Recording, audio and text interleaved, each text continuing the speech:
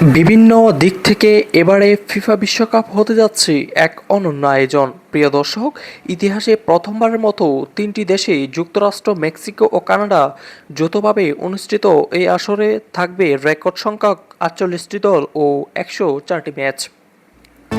পাশাপাশি এবারের আসর হতে যাচ্ছে ফুটবল ইতিহাসের এ যাবৎকালের সবচেয়ে বেশি প্রযুক্তি নির্ভর টুর্নামেন্ট, যেখানে খেলা ও ম্যাচ পরিচালনায় যুক্ত হচ্ছে আধুনিক প্রযুক্তি, একাধিক উন্নত ব্যবস্থা, রেফারিংয়ের নিখুঁত সিদ্ধান্ত থেকে শুরু করে মাঠের পারফরম্যান্স বিশ্লেষক, সবখানে এবার জায়গা করে নিয়েছে কৃত্রিম বুদ্ধিমত্তা, এআই ও আধুনিক সেন্সর প্রযুক্তি।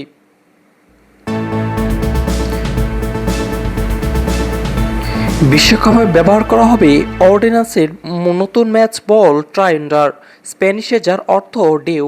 এই বলের ভেতরে বসানো হচ্ছে একটি ছোট inertial measurement unit AI sensor tips, যা প্রতি সেকেন্ডে 500 বার বলের গতি, অবস্থান ও গতিবিধি পর্যবেক্ষণ করতে পারে।